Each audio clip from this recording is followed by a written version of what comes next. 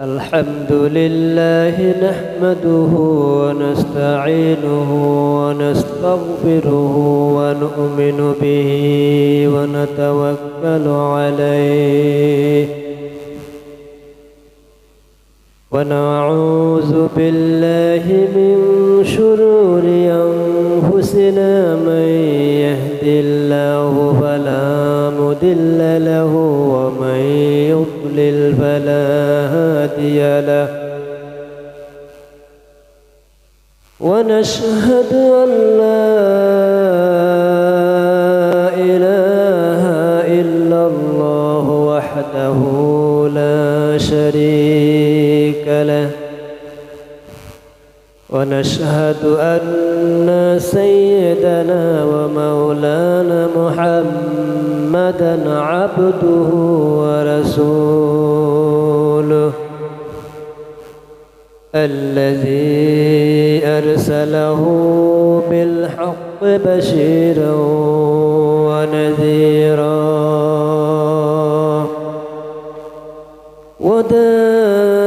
وداعيا إلى الله بإذنه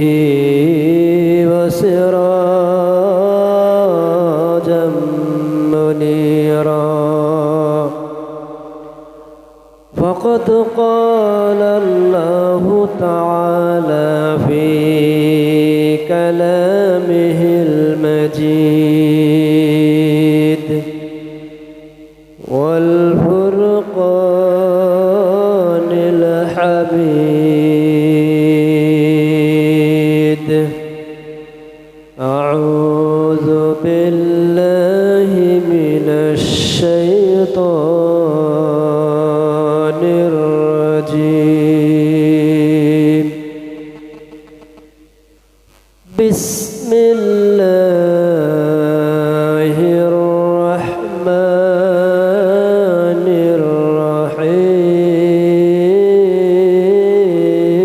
الرحيم يوم ندعو كل أناس بإمامهم فمن أوتي كتابه بيمينه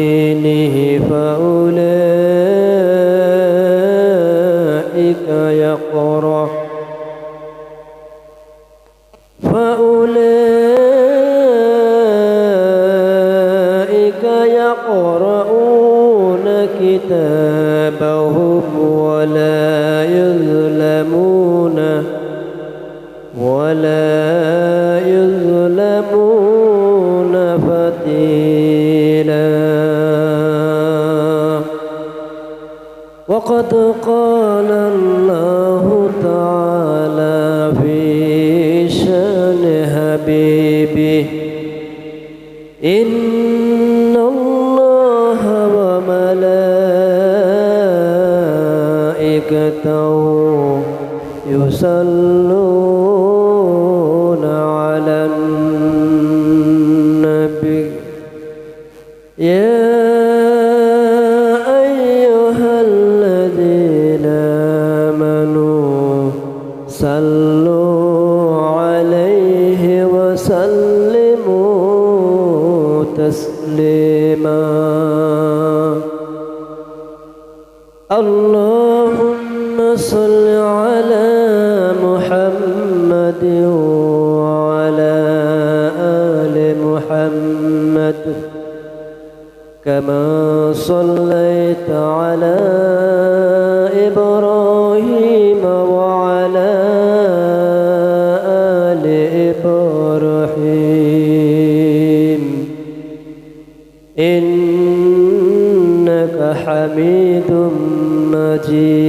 مجيد اللهم بارك على محمد وعلى آل محمد كما باركت على إبراهيم وعلى آل إبراهيم الرحيم إنك حميد مجيد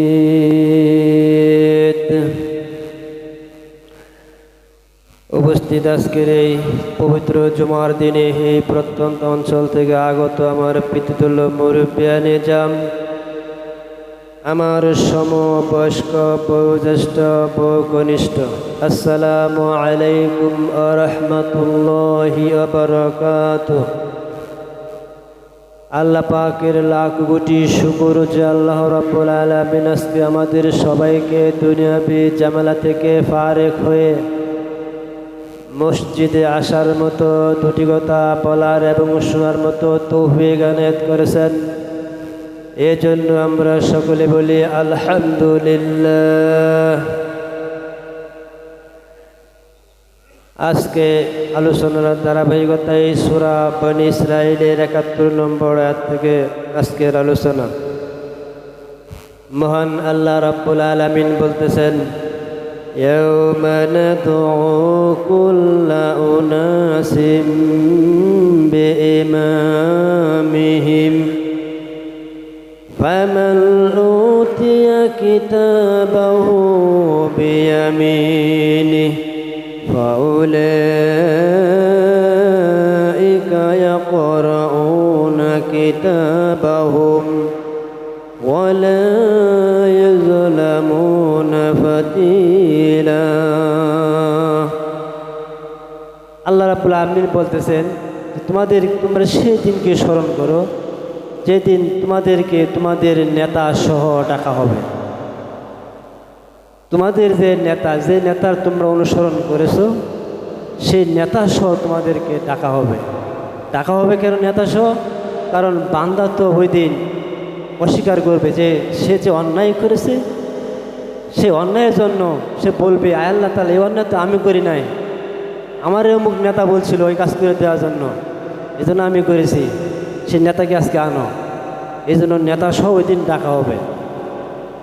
নেতা সহ যখন ডাকা হবে সেদিন, অর্থাৎ এখানে ইমামিহিম, এই ইমাম শব্দের অর্থ হইল নেতা। এই নেতা বলতে কি কি বোঝানো হয় এ বিষয়ে আজকের আলোচনা। নেতা, ইমাম শব্দের 4টা ব্যাখ্যা আসছে আর কি।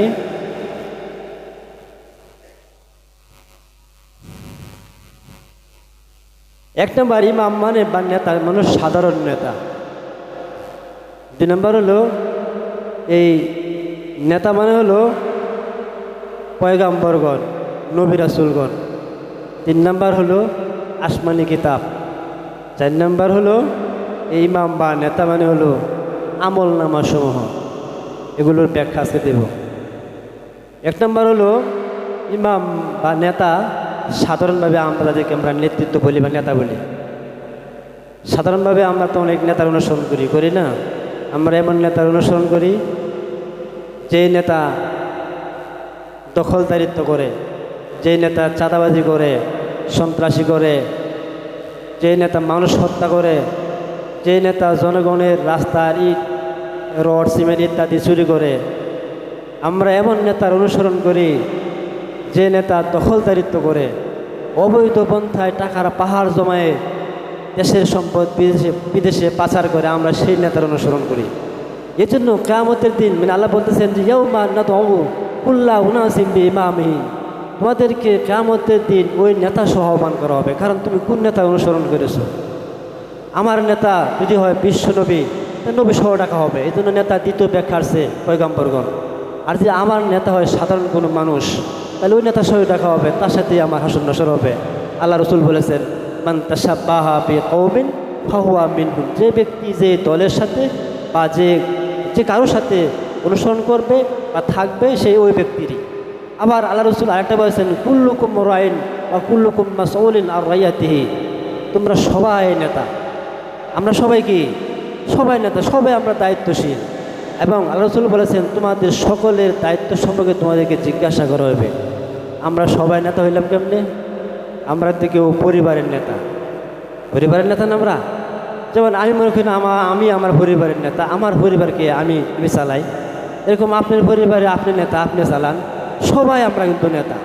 আর পরিবারকে যে আমি চালাই, অর্থাৎ আমার পরিবার, আমার ছেলে মেয়ে, আমার মা বাপ কীভাবে চলে, নামাজ পড়ে কি না, বা তারা আল্লাহ হুকুম পালন করে কি না, এটা আমি নেতা হয়ে আমি এটা পালন করলাম কি না, এই জন্য আমাকে জিজ্ঞাসা করা হবে। এই জন্য বলা হয়েছে কুল্লু মাসউলাতিন আর রায়াতি, তোমার নেতৃত্ব সম্পর্কে, তোমার দায়িত্ব সম্পর্কে জিজ্ঞাসা করা হবে। তার মানে হলো আমরা সবাই নেতা, এবং সবাই নেতা হিসাবে যার যার দায়িত্ব পালন করছে কি না এটা জিজ্ঞাসা করা হবে। এটা হলো সাধারণ নেতা। এখন আমরা যদি দুনিয়ার মধ্যে আমাদের তাফসীর ইবনে কাসিরের ভিতরে বলা হয়েছে ইমানদার যারা, তাদের নেতা হলো একমাত্র বিশ্বনবী জনাবে মুহাম্মদ রাসূলুল্লাহ সাল্লাল্লাহু আলাইহি সাল্লাম। আর যারা ইমানদার ছাড়া তাদের তো নেতার আর কোনো শেষ নাই। এক একজন এক এক নেতার আদর্শ লালন করে, যে যে নেতার আদর্শ লালন করুক না কেন সে সেটাই করবে, কারণ মান তাশাব্বাহা বিকওমিন ফাহুয়া মিনহুম। এবার আসুন, এই নেতা যদি আমরা, অর্থাৎ নেতা বলতে গেলে নেতা যদি আমরা বুঝাইতে যাই তাহলে একটা দলের প্রয়োজন। নেতা কি এলহালা হওয়া যায়? মানে আমি যদি আমি নেতা, আমার যদি অনুসারী না থাকে আমি নেতা হব? মানে একটা দলের প্রয়োজন। দল যদি থাকে তারা নেতা হইব, আর নেতা যদি হয় তাহলে দলেরও প্রয়োজন আছে। খালি এটুকুই না, আল্লাহ রসুল বলছেন লা ইসলামা ইল্লা বিল জামাত, মানে জামাত ছাড়া, দল ছাড়া কোনো ইসলাম নাই। দল ছাড়া কোনো ইসলাম নাই। আল্লাহ রসুল এটাও বলেছেন, তোমরা যদি 3 জন লোক একসাথে রাস্তা দিয়ে হাঁটো, বলছে একজনকে নেতা বানায়া তার নেতৃত্বে হাঁটো।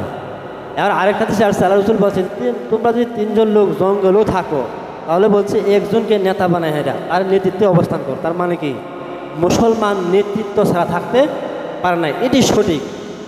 যদি নেতৃত্ববিহীন কোনো মুসলমান থাকে, রাসূলের আরেকটা হাদিসে আসছে যে একদল ছাগল বা মেষ পালক, যেটাই বলি আমরা, এটা থেকে যদি কোনো একটা ছাগল আলাদা থাকে তাহলে যে কোনো সময় বাঘে তারা কি আক্রমণ করবে।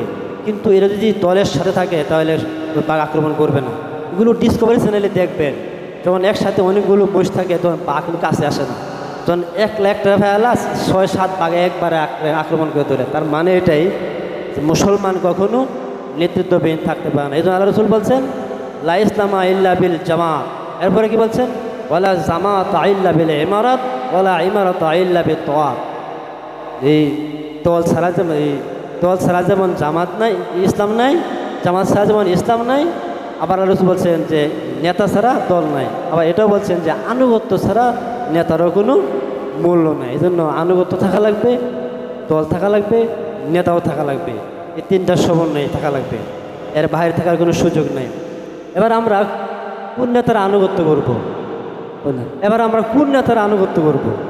এটা কোরআন শরীফে আল্লাহ তাআলা বলে দিয়েছেন যে আল্লাহ তাআলা বলছেন যে আতিউল্লাহ ওয়া আতিউর রাসূল ওয়া উলিল আমরি মিনকুম।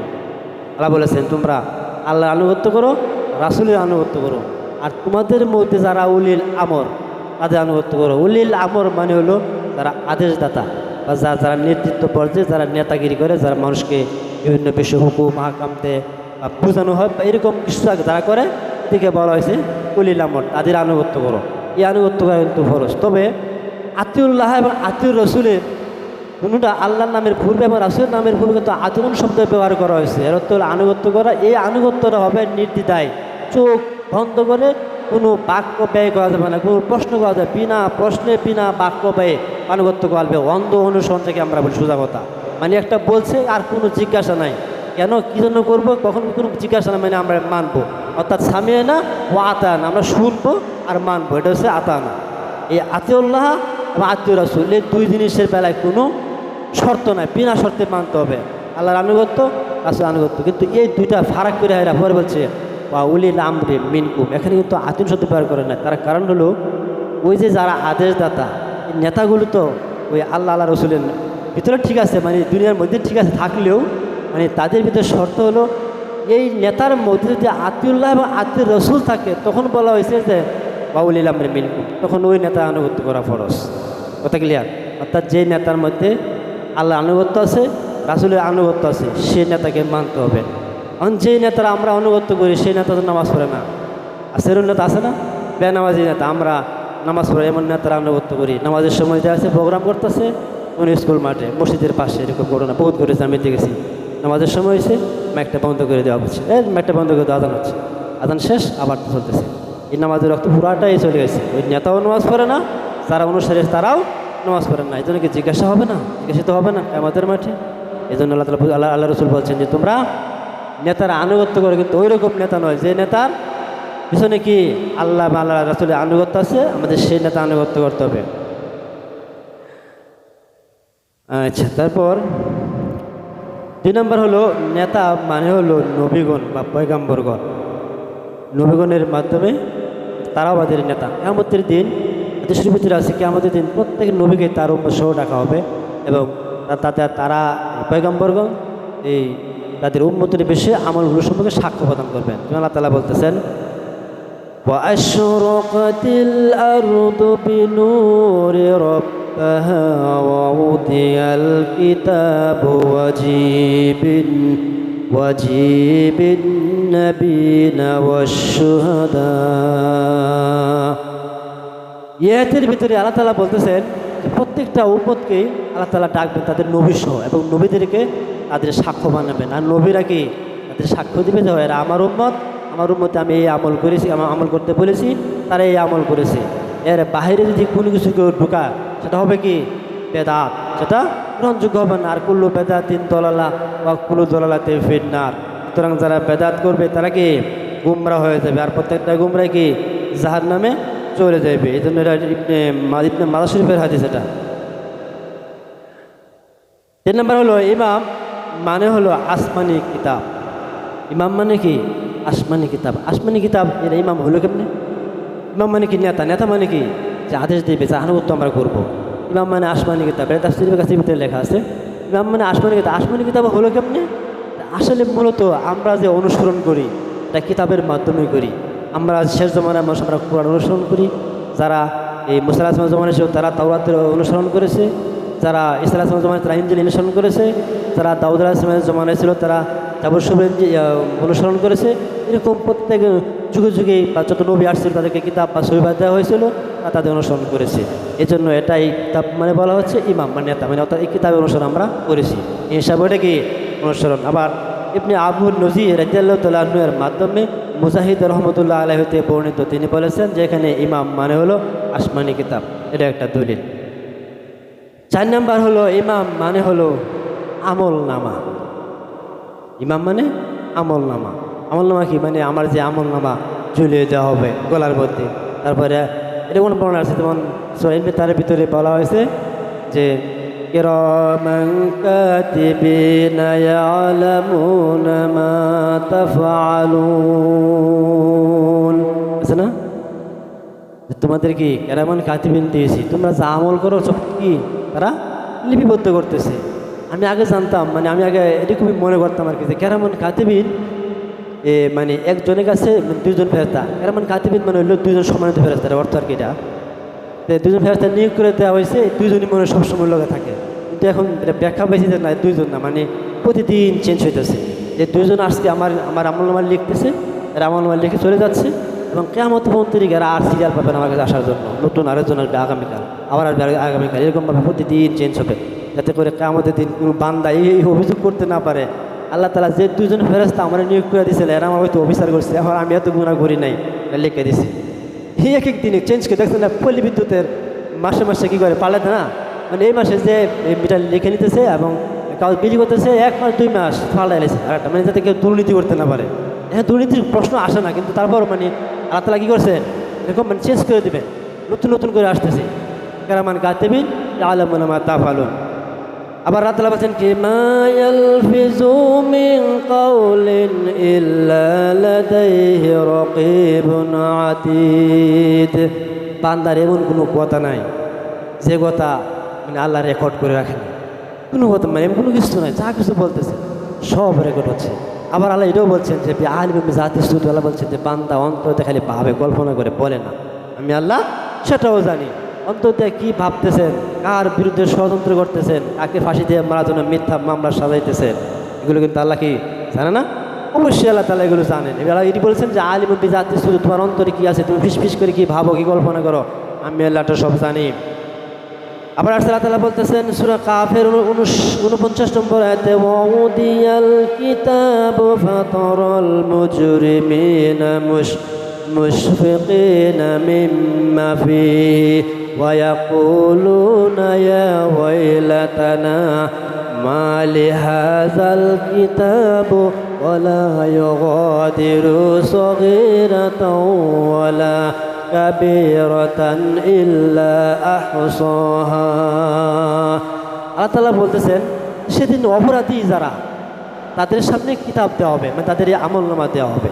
আমলনামা দেওয়া হলে তাদের আমলনামা তারা পাঠ করবে, তারা পাঠ করে একেবারে অভিভূত হয়ে যাবে, বিস্মিত হয়ে যাবে। এরপর বলবে ইয়াকুলুনা ইয়া ওয়াইলাতানা মা লিহাযাল কিতাবু, এটা কেমন কিতাব, এটা কেমন আমলনামা, লা ইউগাদিরু সগীরাতাও ওয়ালা কাবীরাতান, যার ভিতরে ছোট বড় কোনো গুনাহ বাদ নাই, সব লেখা হয়ে গেছে, এটা কেমন কিতাব। তাই বলবো আশ্চর্য হয়ে যাবে গা। আরেকটা হাদিসে কোরআন শরীফে আয়াত আছে যে সূরা বনী ইসরাঈলের 13-14 নম্বর আয়াত আল্লাহ তাআলা বলতেছেন ওয়া কুল্লা ইনসানিন আলজামনাহু তাইরাহু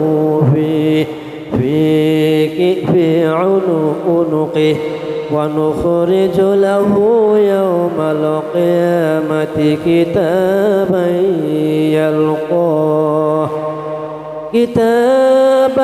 يلقاه منشورا اقرأ كتابك كفى بنفسك اليوم عليك حسيبا। আল্লাহ তাআলা বলেছেন যে সেদিন বান্দার, প্রত্যেকটা বান্দার তার কণ্ঠনালীর মধ্যে এই আমলনামা ঝুলিয়ে দেওয়া হবে। তার মানে কি প্রত্যেকটা বান্দার আমলনামা তার কণ্ঠনালীর মধ্যে ঝুলিয়ে দেওয়া হবে। ওই আমলনামার মধ্যে তার ভালো এবং মন্দ সব দেওয়া আছে। সেদিন যে বান্দাকে আমলনামা তার ডান হাতে দেওয়া হবে, সেদিন সে তার আমলনামাকে খুশি আনন্দ মনে পড়বে এবং তার যে বন্ধু বান্ধব আছে তাদেরকে ইয়া বলবে এই যে দেখো আমার আমলনামা, আজকে আমি আমলনামা ডান হাতে পেয়েছি। আর যারা বাম হাতে পাবে তাদের অবস্থা কী হতে বোঝাই যান। আল্লাহ তাআলা আমাদের সকলকে সকল বিষয়ের উপর আমল করার তৌফিক দান করুক। আমরা সকলে বলি আমিন।